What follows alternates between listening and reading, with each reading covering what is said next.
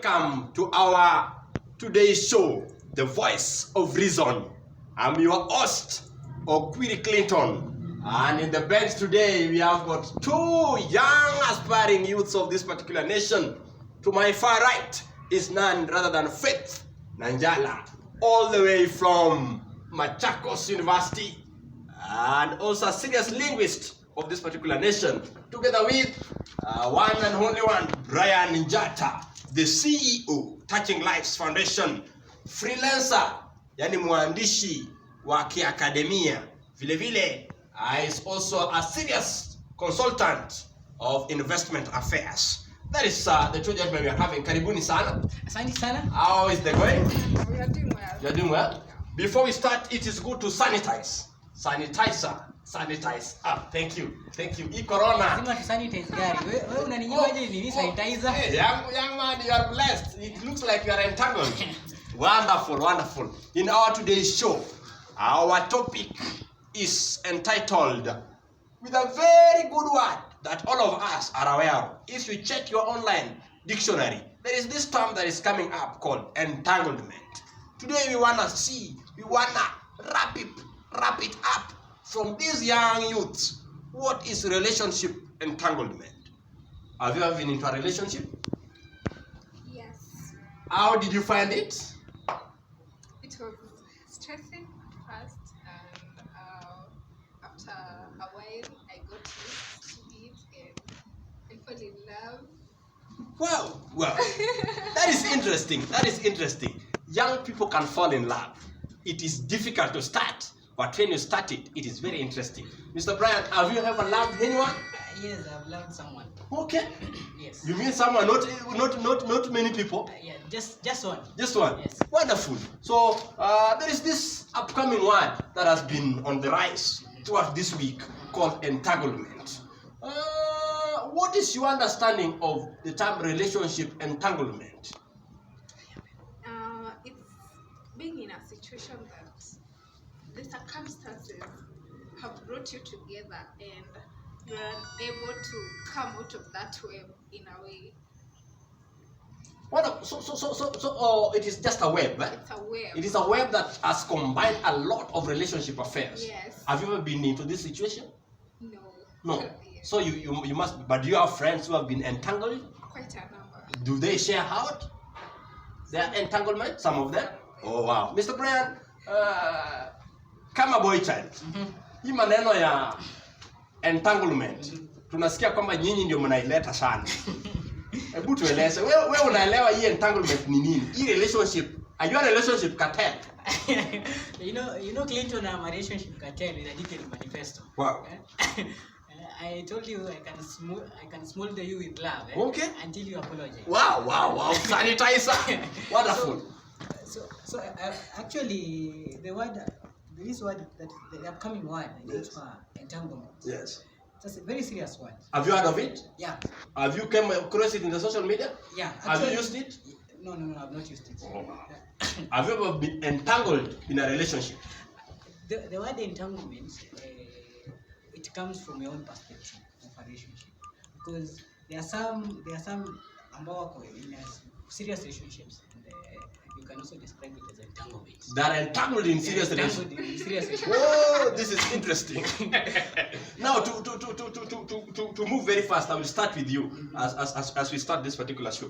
Ladies have been complaining, not just ladies, people have been complaining that why is this happening? What is it? What is it to mean somebody is cheating? This time cheating. Do you cheat? It depends on your own perspective also. It's Clinton. What do you mean? The word cheat is a very diverse word, because you can also cheat. You can also cheat in exams. You can also cheat. You can also cheat your parents that you have done something. And you have to be specific on what the word cheating is. Even politicians cheat. Wonderful. Now, Brian, you know, as a young cartel of relationships, before I cross over to my sister Faith, people always say in a relationship that my guy is cheating or my guy is not cheating. Those two terms are always entangled in a relationship. Have you ever come across the word cheating in a relationship? And if you have, what is it? Cheating in a relationship, I have come across it. And actually, unfortunately, or fortunately, from also your own perspective, I have done the word cheating. I've actually implemented that one. But have you ever been cheated on? No. How do you know whether you're being cheated or not? No, that is a very serious question. You base it on trust. Trust. So trust is the currency. Yeah, it is a currency. Without trust, there is nothing. There is nothing. You cannot describe it. And by the way, there is no trust these days. What? Let me cross at to my sister here. You hear Brian admitting that yes, he has come across cheating. Do you think cheating or not cheating is something real in a relationship?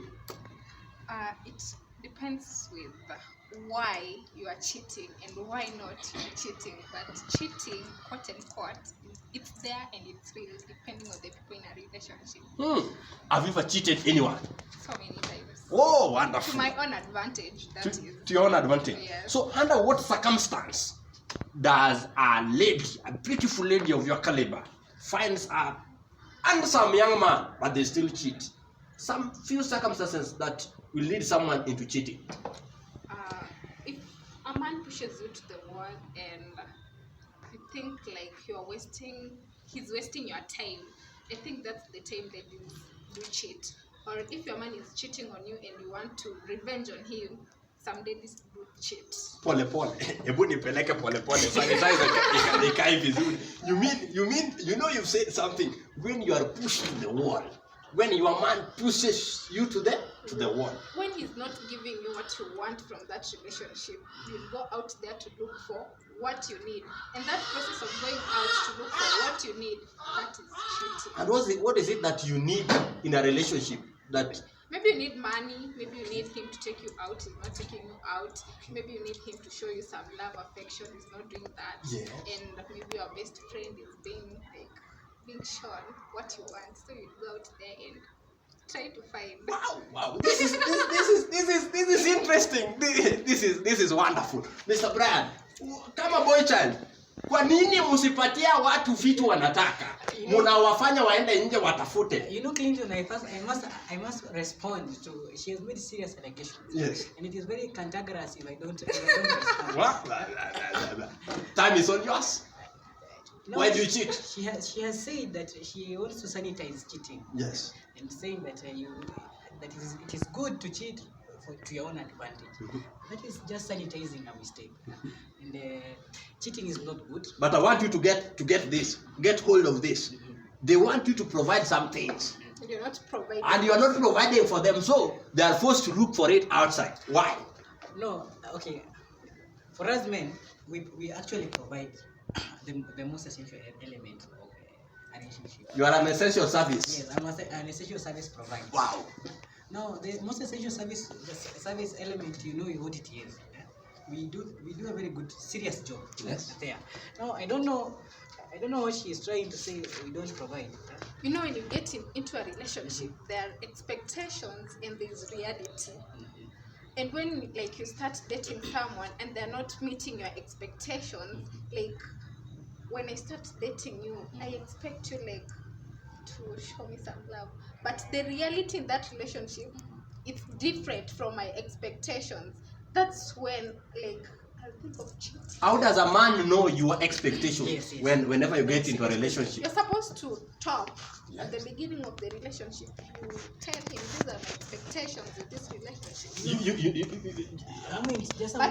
In our generation, people don't talk. They just assume their partner knows what they want from a relationship. So for me to respond, yes.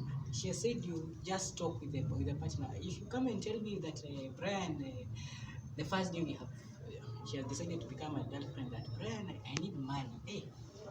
Hey, Siri, surely. Nitaanza kujiuliza ni bank na date bana.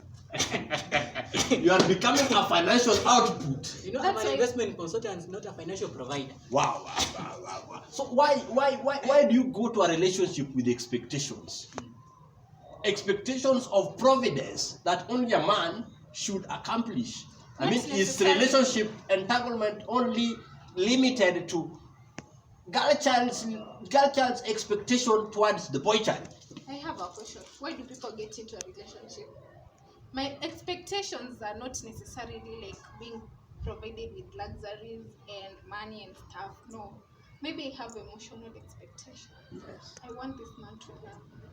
I want this man like to reason with me. I want him to respect me.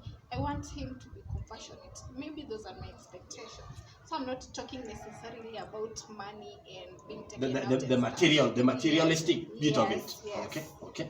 Oh, so boy child, when girl child comes, she expects you to provide love, and love in its own context, as Sister Nanyala puts it, that the expectations of love are just not limited to materialism. Do you always feel good, or do you always feel proud when you take your lady out for just a date? Amevalia vizuri kama hii, na tena ni siku ya Friday, unapeleka yeye nje, uende uspoil msichana wa mwenyewe. For a lady like her, I don't understand. I fail to understand why the man could not take care of him. But anyway, of her, sorry. But anyway, I think it is because she has not met me. You should.